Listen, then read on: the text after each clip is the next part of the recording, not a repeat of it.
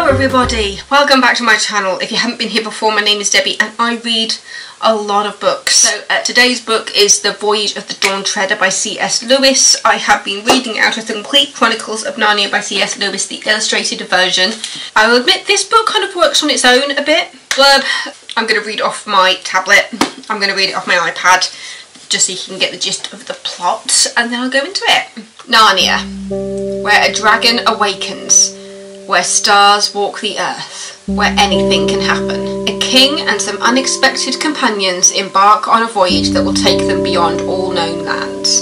As they sail farther and farther from charted waters, they discover that their quest is more than they imagined, and that the world's end is only the beginning. So yeah, this one is 272 pages in children's fiction, classic fiction and fantasy fiction, and its target audience is 8 and up. So let's see if I can get the...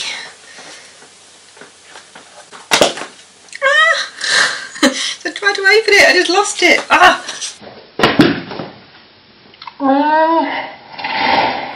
This one was dedicated to Geoffrey Barfield, and you get a nice big map. There's several maps in this, so you can really get to know, so you can see, kind of see where they travel, because they're on a boat.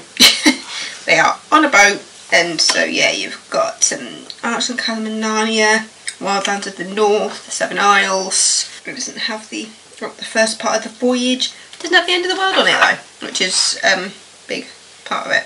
And they've got a picture of the boat at the beginning, plan of the Dawn Treader, and it shows you everything because they spend a lot of time on the boat. So they've got a whole thing like showing like the poop deck, Lucy's cabin, sleeping quarters and everything. Yeah, and it's described, as you can probably tell from the picture, as looking like a dragon.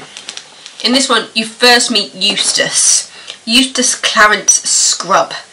It says, literally the first line is, there was a boy called Eustace Clarence Scrubb and he almost deserved it. Parents called him Eustace Clarence and his masters called him Scrubb. And in the book after this, he is mainly referred to as Scrubb throughout the whole book. So yeah, Eustace Clarence Scrubb is a bit of a brat, to be honest. And he is cousin to the Pevensey kids. Just having a bit of my tea there. But yes, so in this book, it's never completely stated as to why they get sucked into Narnia. Obviously they have a wonderful adventure, but in the other books, there's been a clear way of them getting there, because like in Lion the Witch and the Wardrobe, Lucy stumbles across the portal in the wardrobe to Narnia, and that is explained as being the wardrobe coming from a tree that originally was a portal to Narnia, and then after that they are brought back to Narnia with Susan's horn that summons them. In this one, nothing summons them to Narnia. They've just got a picture of a boat in, is it Eustace's room or was it in a guest room? I think it's in Lucy's room, and as they look at it, it comes to life and then they get sucked into the picture, but there's no explanation as to why the picture is a portal or why they are brought to Narnia, but obviously they help on the Dawn Treader, which is the boat that looks like a dragon. It's Caspian's boat from the previous book, Prince Caspian. And yeah, they go off on a little adventure trying to find people. And I'll admit, at the beginning, Eustace does come across as a brat, and he's described as a brat pretty much. Well, not as a brat explicitly, he's just described as not being a very nice boy.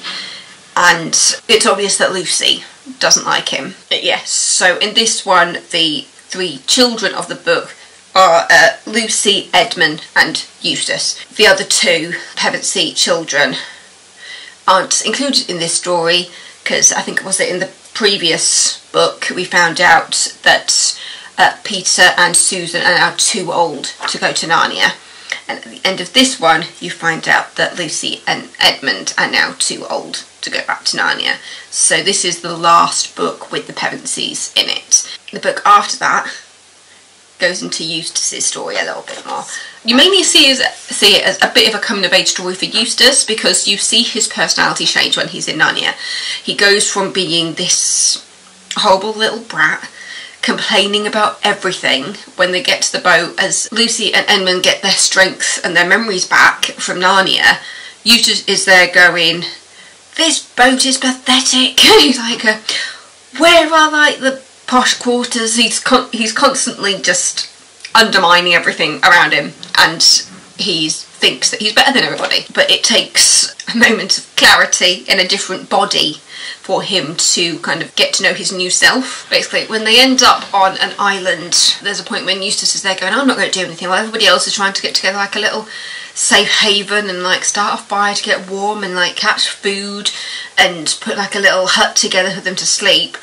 Eustace decides that he just wants to go off on his own, so he disappears, and by the time that the rest of the group have noticed that he is gone, it's too late, because Eustace stumbles across a cave where outside he sees a dragon die, and he stumbles into this cave and finds a lot of treasure, where he then tries on is it like a diamond cuff or something? It's a very, very posh cuff that he puts on his arm, and then he ends up falling asleep inside the cave. When he wakes up, he finds that he has turned into a dragon himself. The moment when he realises he's turned into a dragon is kind of sad, actually, because first of all he's in fear because he thinks he can see two sleeping dragons around him, because he wakes up and he sees part of a dragon on one side of him and part of a dragon on the other. He's like, oh my god, I'm surrounded by dragons. And he moves, hence him seeing the dragons move, and then he just legs it and he runs out of the cave, only to catch his reflection in a pond and realise that there wasn't two dragons surrounding him, he is the dragon. And the reason that he saw the movement on both sides was because he was moving his own arms. So yeah, he then realises that the cuff that he put on his arm is now really tight around his dragon limb. It hurts him. Yeah, he then has to go back to the party of the group that have now realised he's missing and they're trying to find him, and he goes back to them and he has to try and communicate with them as a dragon. But yeah, that whole section of the story, that was when I started to feel sorry for Eustace, because you realise that he is a result of the way his parents taught him. His reaction when he first gets into Narnia and he's just like, oh, I'm gonna get out of here. Well, he's on a boat, so he's like seasick, and while everybody else seems to know each other and are getting on well and they're just doing stuff, and he's been thrown into this world that he doesn't know. It really does set you up for the next book, where you concentrate on his story a little bit more. But yeah, so they're sucked in through this picture, put on the boat and taken off an adventure, which Caspian just, obviously he doesn't know Narnia, he doesn't know what he's been brought into, and all he knows is that the people around him seem to be off on this mission. He has no idea what's going on. When he does turn into the dragon and he has to deal with that, it's a moment of clarity that allows him to turn back into a little boy again, where he confronts his own behaviour, especially considering the fact that he essentially stole some jewellery by putting this cuff on his arm. That part of the story I found quite cool and very kind of lesson learning, because for kids who read that, they'll realise, oh, okay, so we shouldn't be rude, we shouldn't be selfish. And it is that moment of clarity for Eustace that allows him to turn back into a boy again and rejoin the group as a grown-up version of himself. That's what's nice about the Narnia books, is the fact that you do see all the kids grow up. I'll admit, I think the one person who you least see grown up is probably Peter and Susan, because they're already older in the first time you meet them. Edmund probably does the most growing up, because when you first meet him in The Lion, the Witch and the Wardrobe, Edmund is the brat. He is the one that is swayed by the witch. Unfortunately for him, the witch is the first person he meets, and he trusts her even though he shouldn't really trust strangers. Another lesson for you in there. And yeah, it's just seeing the lessons in there, and as I said, in relation to the other books, seeing the religious basis of this in regards to Narnia and Aslan kind of creating Narnia. I'll go into it more in the next one, in the next book, where those religious themes come out even more. But yeah, just seeing Eustace growing up, Eustace has kind of replaced Edmund's role in The Lion, the Witch and the Wardrobe, because he is the one that needs to do the most growing up. Whereas in The Lion, the Witch and the Wardrobe, it very much felt like Lucy's story. She seems like to be the main protagonist of it, and up to this point in The Voyage of the Dawn Treader, Lucy is still that hero for young girls. I'm not saying that it's only girls to be affected by Lucy's story, but she is that role model for girls, where girls can look at her and see her as a representation of themselves in this crazy new world. Can you tell I find these books really sweet? And I like the fact that as you go through the books, they do get a little bit more grown up, but at the same time it's still targeted for young children, but you can also grow up with the books, as well as each book being fairly appropriate for 8 and up. Does that make any sense? Again, I absolutely love all the illustrations. One of my favourites is the moment they're tucked into the picture. That picture of them all being sucked in. The whole description of the picture and them being brought into the picture. And to be honest, it almost made me feel a bit seasick. We've got Reepicheep, the mouse. I love Reepicheep. I love Reepicheep so much. I think it's a great name. There's a moment towards the end of the book when I got a bit sad for Reepicheep. Because their final goal is to basically go to what is called the end of the world. And it sounds a bit dark, is it, to go to the end of the world. And it's basically in that last mission, they're told that they have to go to the end of the world and they have to come back with one less passenger, and Reepicheep volunteers to stay at the end of the world. And that was the point I was just like, no, Reepicheep! But ultimately Reepicheep wants to do it. So, I mean, Caspian volunteers as well, but they're just like, no, Caspian, you're Prince Caspian, to be King Caspian. And there was kind of a funny bit at the beginning of the book between Eustace and the mouse. I say funny because when you read about it, it's horrible.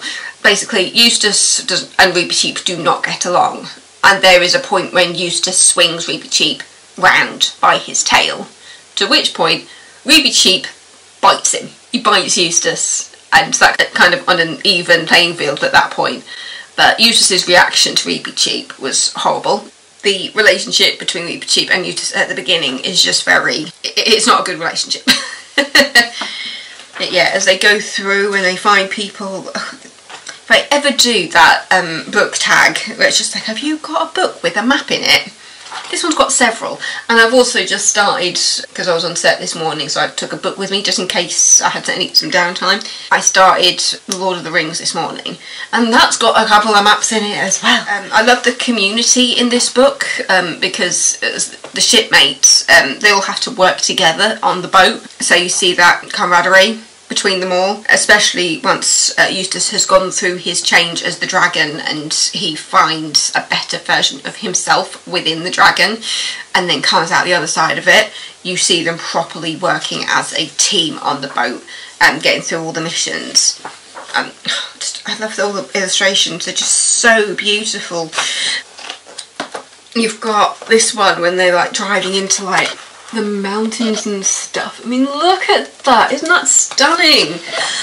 You know, I know this is designed for kids, but as an adult I really do appreciate art a lot more than I did when I was little. And the pictures, obviously it's illustrating what you're reading, but it's just so lovely. It's just so lovely. It's so beautiful. They've got pictures of when Eustace meets the dragon and things. So that's Eustace hiding when he sees the dragon that ends up dying in front of him.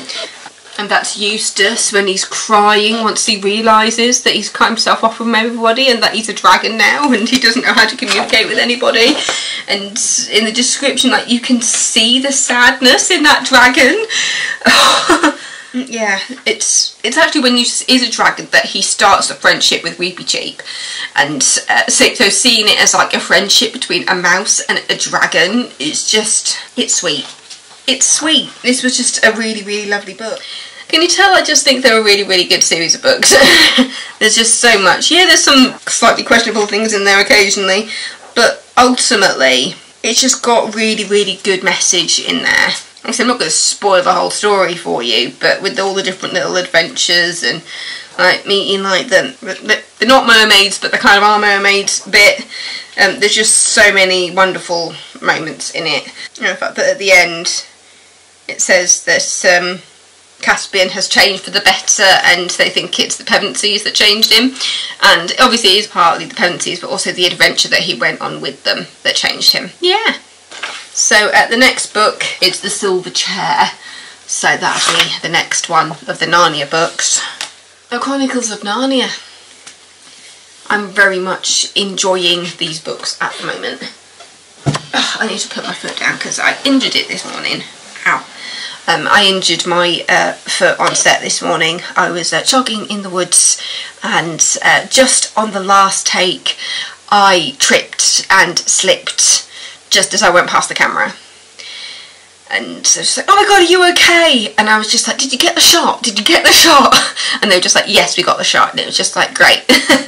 So I'm okay, but they did have a medic to have a look at me, which was wonderful. Everybody was so nice to me. I've got some little shortbread, so I'm going to have that with my cup of tea. So yeah, I managed to injure myself on set and scare the life out of everybody.